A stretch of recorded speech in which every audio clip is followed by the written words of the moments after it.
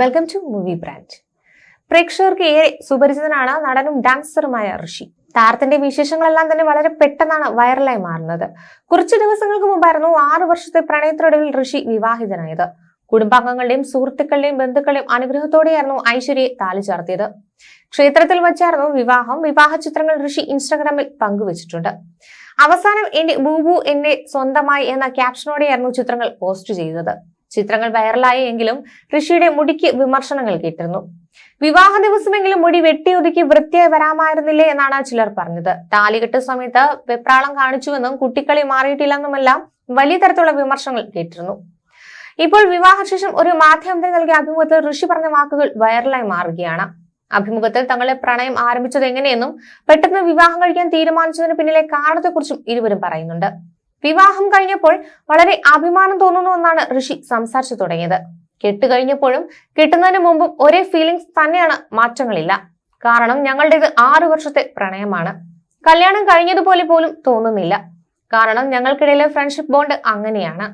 പെട്ടെന്ന് വിവാഹം കഴിച്ചത് ഐശ്വര്യയുടെ അച്ഛന് വയ്യാത്തത് കൊണ്ടാണ്. അദ്ദേഹം കിടപ്പു രോഗിയാണ്. ബിഗ് ബോസിലായിരുന്നപ്പോൾ തോന്നിയില്ല ഇത്രയും വേഗം വിവാഹിതനാകുമെന്ന്.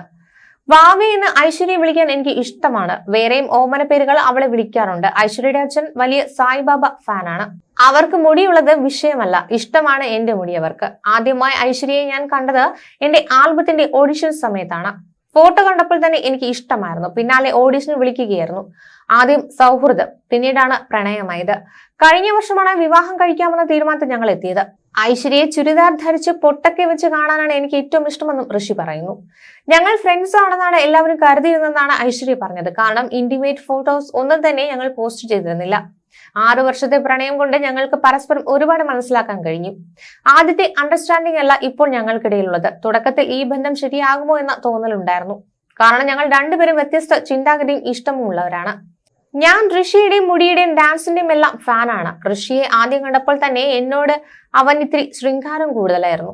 അതുകൊണ്ട് തന്നെ ഓഡിഷന് കണ്ടപ്പോൾ ഇവൻ ശരിയല്ലല്ലോ എന്നൊക്കെ തോന്നിയിരുന്നു. ബിഗ് ബോസിലേക്ക് പോയപ്പോൾ ഞാൻ ഋഷിയെ ഉപദേശിച്ചാണ് വിട്ടത്. ഫ്രണ്ട്ഷിപ്പ് മാത്രമേ പാടുള്ളൂ എന്ന്. പിന്നെ പ്രണയം ഷോയ്ക്ക് വേണ്ടി അഭിനയിക്കാൻ ഋഷിക്ക് കഴിയില്ലെന്നും ഐശ്വര്യ പറഞ്ഞു. ഋഷിയുടെ ഭാര്യ ഐശ്വര്യ ഡോക്ടറാണ്. ഒപ്പം അഭിനയത്തിലും നൃത്തത്തിലുമെല്ലാം സാന്നിധ്യം അറിയിച്ചിട്ടുണ്ട്.